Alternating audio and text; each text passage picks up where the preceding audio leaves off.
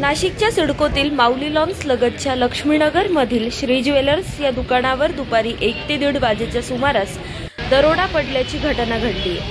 Shri jewellers या दुकानाचे मालक घुडके व त्यांच्या पत्नी हे दुकानात बसलेले असताना 2 अज्ञात इसम तोंडाला रुमाल बांधून आले।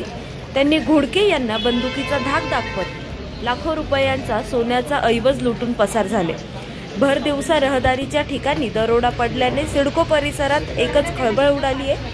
सदर घटनेची माहिती अंबड पोलिसांना समजताच सहाय्यक पोलीस निरीक्षक शेखर देशमुख, उपायुक्त प्रशांत बच्छाव, संदीप मिटके, वरिष्ठ पोलीस निरीक्षक सुनील पवार घटनास्थळी दाखल झाले।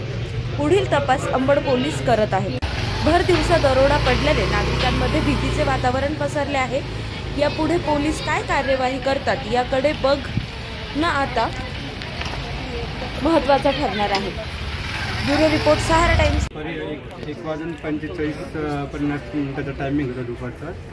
तेव्हा अचानक एक जण आला, त्याने पिस्तूल काढली, त्याच्या पाठीमागे लगेच दुसरा आला सेकंदाच्या अंतरावर आणि मग त्याने एकाने पिस्तूल काढली आणि माझ्या अंगावर रोखली आणि दुसरा जो आला तो मध्ये लगेच काउंटरच्या मध्ये आला आणि त्याने सगळे ट्रेचा माल काढायला सुरुवात केली। त्याने ट्रेचा माल गोणीत भरत होता तो आणि दुसऱ्याने मला पिस्तूल रोखून बसून ठेवले एका ठिकाणी। तुम्हाला काही मारहाण वगैरे केली का त्यांनी? मारहाण वगैरे काहीच नाही केली, फक्त तो पिस्तूल रोखून उभा होता माझ्यावर आणि दुसरा जण काही काढत ते मधून माल काढत होता।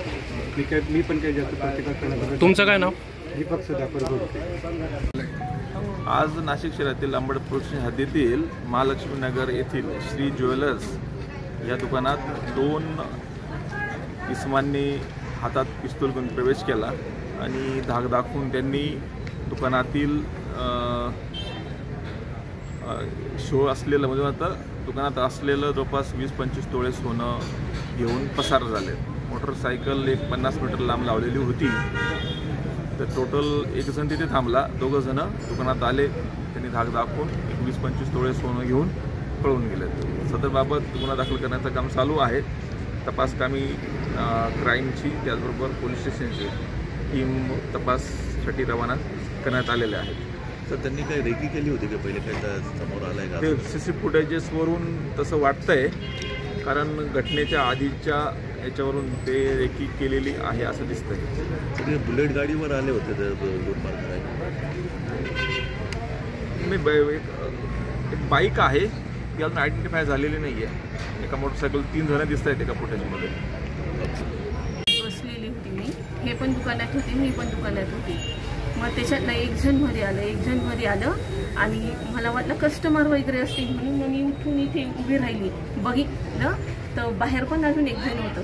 दोघांच्या तोंडाला मास्क बांधलेलं होतं। मग माझ्या लगेच लक्षात आलं मास्क घालून कधी कोणी सोनाराच्या दुकानात एंट्री करतं म्हणजे काहीतरी हे आहे। तोपर्यंत माझ्या डोक्यात आलं, तोपर्यंत त्याने त्यांच्यावर बंदूक रोखली आणि म्हणे तुम्ही बिलकुल चूक उभं राहायचं, बिलकुल पुढेच हालचाल करायची नाही, बाहेर बघायचं पण नाही, कोणाला बोलवायचं पण नाही, कोणते दाबायचे पण नाही म्हणे। असं त्यांनी म्हटलं। यांना एका ठिकाणी बसवलं आणि म्हणे तुम्ही काहीच करायचं नाही आणि एक जण मध्ये गेलं। जेवढं पण सामान होतं ना दुकानातलं सर्व त्यांनी काढून घेऊन गेले। तुमचं नाव काय? मनीषा घोडके। साधारण किती लाखांचा ऐवज नेलाय? 300 ग्रॅम